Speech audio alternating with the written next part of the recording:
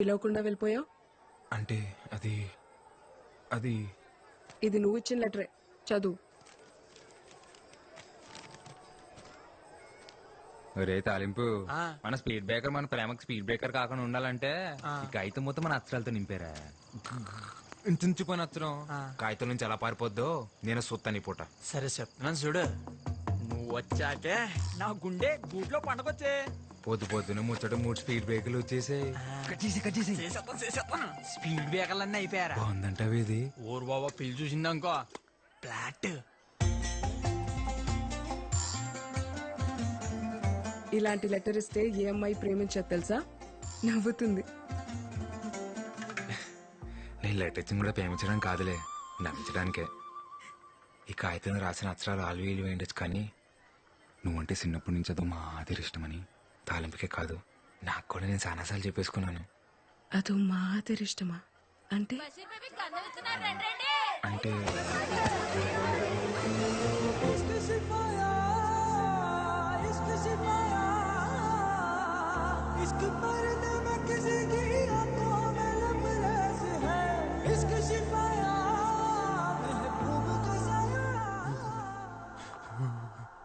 Doctor రాత్రి నుంచి చలిజ్వరంతో వణికెత్తున్నాడండి. దీనిని చూసి భయపడ్డారంటారా? ఏంటి జ్వరం వచ్చేసినదట, మీ బాబు గోలెట్టేస్తున్నాడు. ఒరే బేబు నువ్వు అంటే ఇష్టం అని చెప్తే ఏం చెప్పకుండా ముద్దెట్టి సెల్పిందిరా. అది కూడా అదో మాదిరి ముద్దురా. ఒరేయ్ నువ్వు నోరు తెరిసి చెప్తే దేవుడు నోరు మూసి చెప్పినట్టుందిరా నువ్వంటే ఇట్టమని. అయిపోవాలి. నేను ఇప్పుడు నీకు ముద్దిస్తాను, అప్పుడు నీకు జ్వరం వచ్చేస్తుంది. నువ్వు వెళ్ళి రెస్ట్ తీసుకో, సరేనా?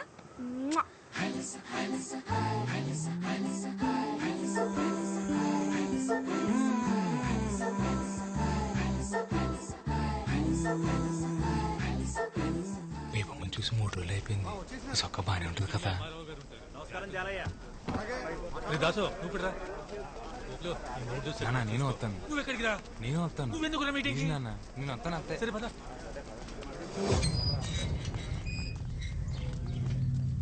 వెళ్ళండి వెళ్ళండి రోయ్, మీ కాంపుల కోసం ఇది ఆఖరి మీటింగ్. వెళ్ళండి.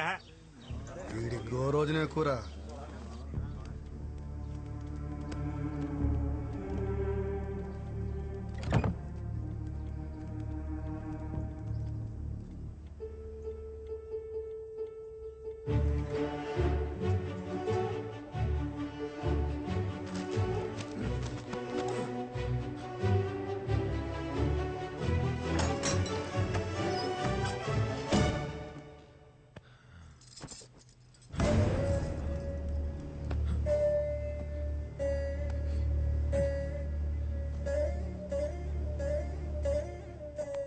నమస్కారం అమ్మా, నా పేరు ఆసి.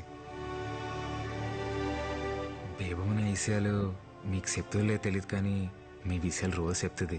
బేబమ్మకు మీరంటే చాలా ఇష్టం అమ్మా. మీరేమనుకోపోతే ఒకసారి బేబం చూసొస్తానే. రాయన్ ఫిషింగ్ యార్డ్ వల్ల రాయనం గారికి ఎన్ని ఉపయోగాలు ఉన్నాయో పక్కన పెడితే అంతకన్నా ఎక్కువ ఉపయోగాలు మీకే ఉన్నాయి. ముఖ్యంగా మీ పిల్లల భవిష్యత్ చాలా బాగుంటుంది. దూరంగా ఉండి కావలసినప్పుడు సముద్రం మీదకు వెళ్ళొచ్చు. రాయనం గారు మీకోసం ప్రభుత్వంతో మాట్లాడి మీకు పక్కా ఇళ్లు కట్టించేలా చూస్తారు. అర్థం చేసుకోండి. ఇదెక్కడ న్యాయం బారో గారు? తెల్లారితే మేమంతా సముద్రం మీదకి బతికేటోళ్ళమి. మీరేమో ఇప్పుడు ఊరవతల 4 కిలోమీటర్ల దూరంలో ఉండమంటారు. అదెలా కుదురుతుంది? రాయ్ ఇక్కడికి అక్కడ పెద్ద తేడా ఉందిరా. అలా అంటారేంటండి? ఎత్తుపై నీళ్లు ఎప్పటి నుంచో అలవాటు పడిపోయాం. ఇన్నేళ్లు సముద్రం మా ఇళ్ళకొచ్చి పలకరించిపోయిందే తప్ప పాడు చేసిపోలేదయ్యా. సాపల్లాంటి బతుకులయ్యా మావి. నీళ్ళకి దూరం పెట్టేస్తే పానం గిలకిలా కొట్టేసుకుంటది. ఎంతైనా ఉప్పుగాలి తగలకపోతే ఊపిరాడదయ్యా మాకు. మీరే దయ చూడాలయ్యా. మీరు బోట్లేసుకుని సముద్రం మీదకెళ్లాలన్నా, మీ 5 ఏళ్ళు నోట్లోకి వెళ్ళాలన్నా అది నా దయ వల్లే చాలయ్యా. అవునండి. ఫిషింగ్ యార్డ్ కట్టడానికి మేము అస్సలు ఒప్పుకోం.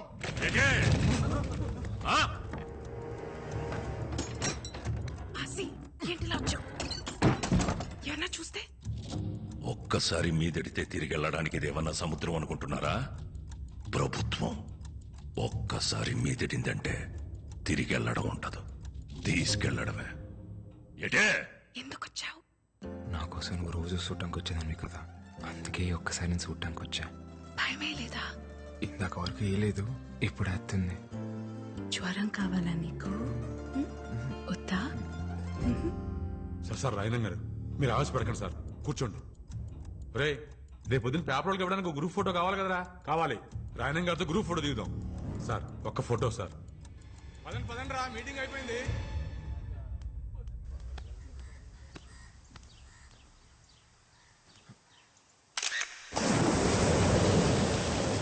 మేమనుకున్నాం మీ నాన్న మా ఇల్లు కలిసి అయితే మేము ఎక్కడ బతకాలి? మీలా మాకు 2-3 ఇల్లు లేవు. ఆసి, రాత్రి మళ్ళీ కళ్ళకి వచ్చావు. ఇప్పుడైనా మచ్చ పడిందేమోనని. నేనే మాట్లాడుతూ నువ్వే మాట్లాడుతున్నావు. ఇలా రా, రా, నీకు జ్వరం రప్పించేస్తాను.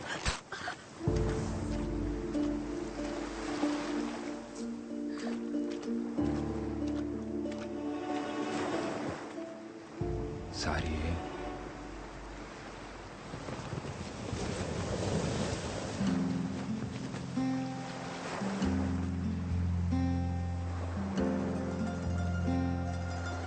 ఇప్పుడు నాకెంత కోపం వచ్చేస్తుందో తెలుసా? కానీ నేను ముసల్దాన్ని అయిపోతే నువ్వేమైపోతావో అని నేను కోపట్లేదు. రా, ఇంకొంచెం దగ్గరికి రావచ్చు ఆసి గారు. నీకెళ్ళు లేకపోతే వెళ్ళి సముద్రంలో బతుకు. నేనైతే నువ్వెక్కడున్నా నీతో బతకను.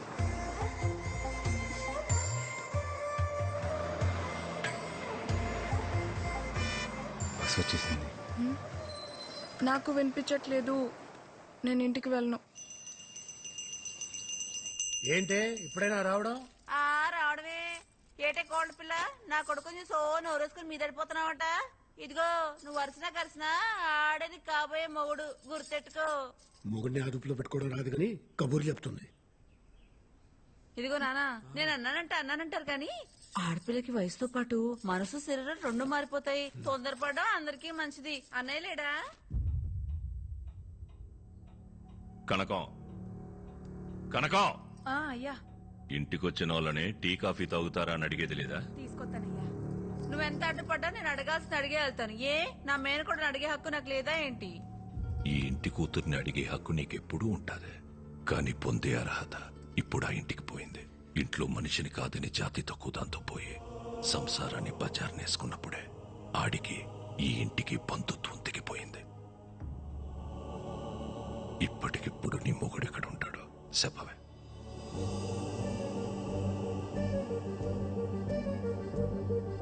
నీ ఎంత సౌకర్యంగా నీ తలదించుకోలేను. ఎటే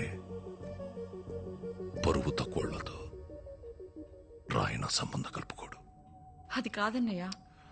నీది బంధం కాదనిలేవు, అది బంధుత్వం. మళ్ళీ కలుపుకోలేవు. టీ తాగేలా.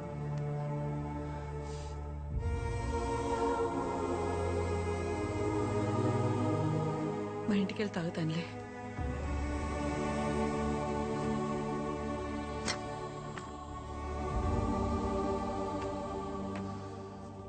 దామెర పనీంద్ర నీకు తెలుసు కదా, మన రూరల్ ఎమ్మెల్యే ఆడి కొడుకు. మనోడే 2 రోజుల్లో వాళ్ళు చూసుకోవడానికి వస్తున్నారు. అది కాదురా. ఉప్పాడ మత్స్యకారులందరికీ హెచ్చరిక. ప్రతి ఏటా మన కట్టుబాటు ప్రకారం ఏప్రిల్ 17వ తారీఖు నుండి జూన్ 3 వరకు 45 రోజులు ఎవరైనా సముద్రం మీదకు బోటేసినా వలేసినా జరిమానా విధించబడ్డహో. మనం పాటుపడగా సంపాదించుకున్న డబ్బుల్లో 10% ఈ ఉండిలో దాచుకున్నాం. ఇది చేపలు గుడ్డెట్లే సమయం కాబట్టి ఏటకెళ్ళని 45 రోజులు గంగాలమ్మ జాతర వరకు మన బతుకు తెరువు ఇదే. మన డబ్బే మన 150 కుటుంబాలకి సమానంగా పంచుతున్నానో జాగ్రత్తగా కట్టెట్టుకోండి. తీసుకో దేవుడు. నా డబ్బులు కూడా తీసుకోపమ్మా. చల్లగుండయ్యా. ఎవరు 2 రోజుల్లో నన్ను చూసుకోవడానికి వస్తున్నారంటమ్మా. నాకు ఆ పెళ్లి ఇష్టం లేదు.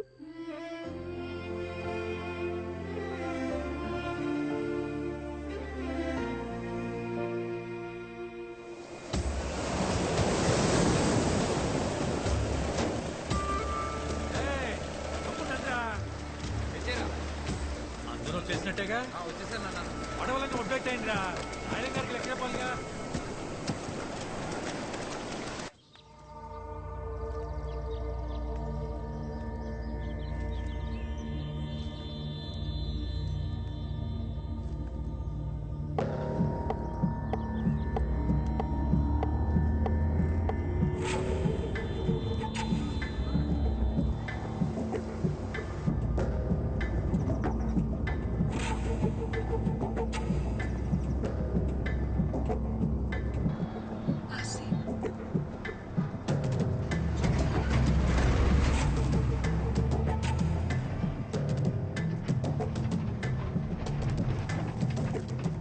మధ్యాహ్నం 2కి కాలేజ్కి రా. చూడలే పదరా పోదాం త్వరగా ఎక్కువ పోనీ. రే అందరూ బొట్టు ఒడ్డున పెట్టేశారు కదా, పిల్ల చెల్లాని కనికరించకండి. నోటి దగ్గర కూడుందని కూడా చూడకుండా రోడ్డు మీదకి లాగి పరేయండి. తెల్లారేసరికల్లా వాళ్ళ ఇల్లున్న చోట్ల రాయనం ఫిషింగ్ యార్డ్ అని బోర్డు కనపడాలి. అట్టగే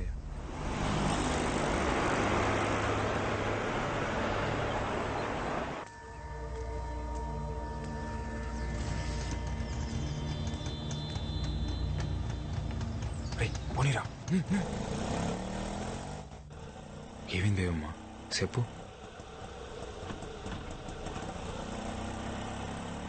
మనసేం బాలేదాసి, అలా సముద్రం మీదకి వెళ్దామా? ఇప్పుడా? సముద్రం మీదగా? ఇప్పుడు ఎలాగో సముద్రం మీద ఓ బోట్ కూడా వెళ్ళదు కదరా. మీరు ఎంత కావాలంటే అది పేమెంట్ చేసుకోవచ్చు. ఒరే చేపలు ఉంపు కడతారా? పాపం కదరా. గుంపు కట్టడం అని పేమెంట్ చేసుకున్నాం కదరా. అయ్యి పేమెంట్ చేసుకుంటే మీరు పేమెంట్ చేసుకుంటున్నారు. మీరే మాటకి అడ్డుగా అనలే.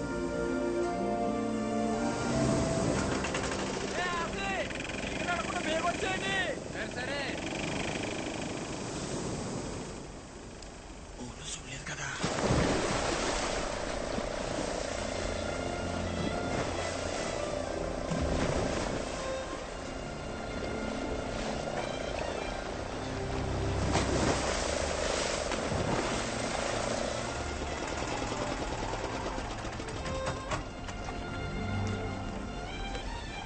ఏమైంది?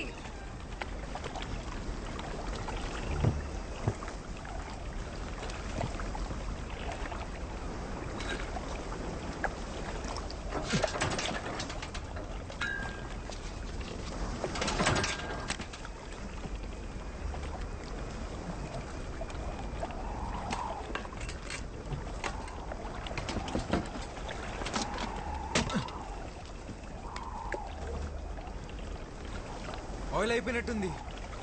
ఇప్పుడెలా? నేను పనిలో ఉన్నాను, తర్వాత మాట్లాడతాలే. అయ్యా ఆ కాలేజీ బస్సు వచ్చే ఏడైనా బేబమ్మ ఇంకా ఇంటికి రాలేదయ్యా. ఏంటి?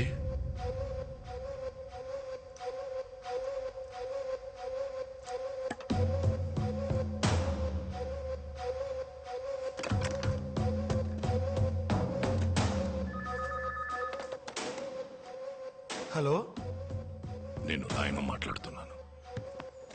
చెప్పండి రాయన గారు. బస్ ఇంకా ఊళ్ళోకి రాలేదంటే? రాయన గారు, దీపం ఇంకా ఇంటికి రాలేదు. ఒంట్లో బాగోలేదని చెప్పి మేడం పర్మిషన్ తీసుకుని మధ్యాహ్నం ఇంటికి వెళ్ళిపోయిందండి. నువ్వు ఎలర్ట్గా ఉన్నావా లేదని చెక్ చేశాను. పాప స్నేహితులతో సినిమాకి వెళ్ళుంటది.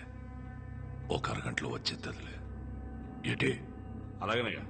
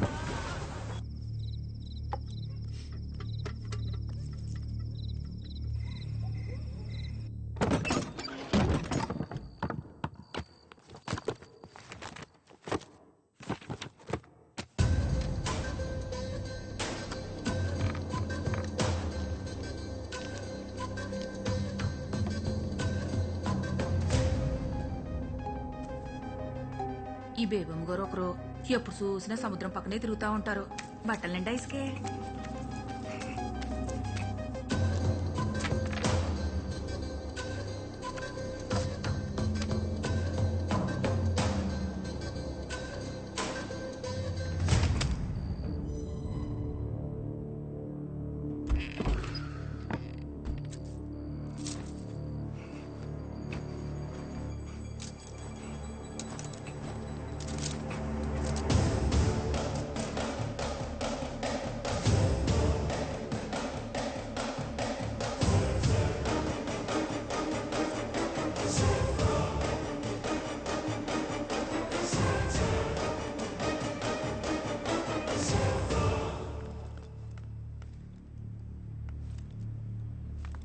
ఏంటమ్మా బట్టలు తడిసినాయి? ఫ్రెండ్స్ తో బీచ్ కి వెళ్ళాను నాన్న.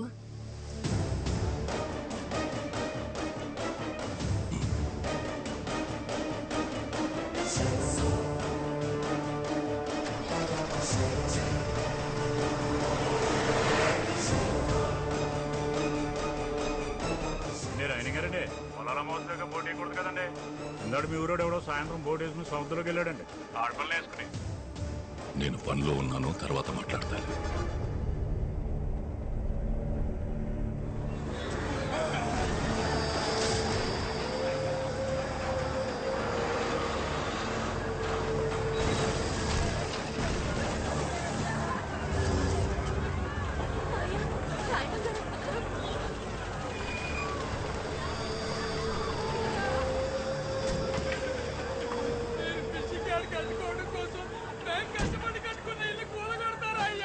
రాయనం గారు ఏంటండి అన్యాయం? మీటింగ్ కూడా ఎట్టుకున్నాం కదండి. రాత్రి ఇల్లు పడగొట్టేస్తే ఉన్న పడంగా ఎక్కడికి వెళ్తామండి? పిల్లజల్లా అన్యాయం అయిపోతారు బాబు. జలయ, అయ్యా నీతో మాట్లాడాలరా. బాబు ఆపించండి, ఆ కుడి చేయడాలు ఆపించండి బాబు. అన్యాయం పోతామండి. వద్దయ్యా, అయ్యా ఆపించండి అయ్యా, మీకు పుణ్యం ఉంటుందయ్యా. అయ్యా జలయ, అయ్యా పొలాల అమావాస్య దాకా ఎవరు పడవల సముద్రంలోకి వేయకూడదు కదా. అదే కదా మనం పెట్టుకున్న కట్టుబాటు. కానీ నీకు తెలియకుండా ఒక పడవ వెళ్ళిందిరా. పడవ వెళ్ళడమేటయ్యా? వెళ్ళిందిరా. ఎవడో పట్టుకుట్టి కోసం కక్కుర్తిపడి వెళ్ళాడు అనుకుందాం, కానీ సాయంత్రానికి తిరిగి వచ్చేయాలి కదా. ఇంకా రాలేదేటి? అయ్యా మా బతుకులు పోతుంటే మీరు ఆ పడవల గురించి మాట్లాడతారేంటయ్యా? పడవ ఒక్కటే అయ్యుంటే నేను ఇంత దూరం వచ్చేవాడిని కాదురా.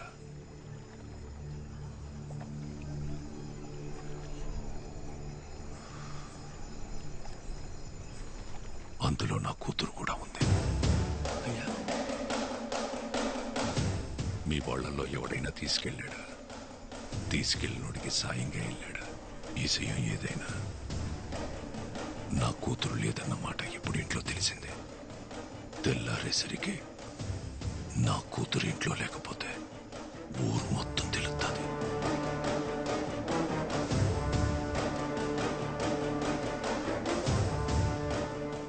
జలయ, పొద్దున కల్లా నా కూతురు నా ఇంట్లో ఉంటే సచ్చేదాకా మీ ఇళ్లలో మీరుండొచ్చు. మాట పొదుపు జాలయ్య. రాయనంకి పరువు వేరు, ప్రాణం వేరు కాదురా. రెండు ఒకటే. అట్టగనే అట్టగే. ఉన్నోడి శవమే ఒంటరిగా పోదంటారా. అలాంటిదాడి 18 ఏళ్ల కూతురు ఒక్కతే పోతాదనుకోకండి.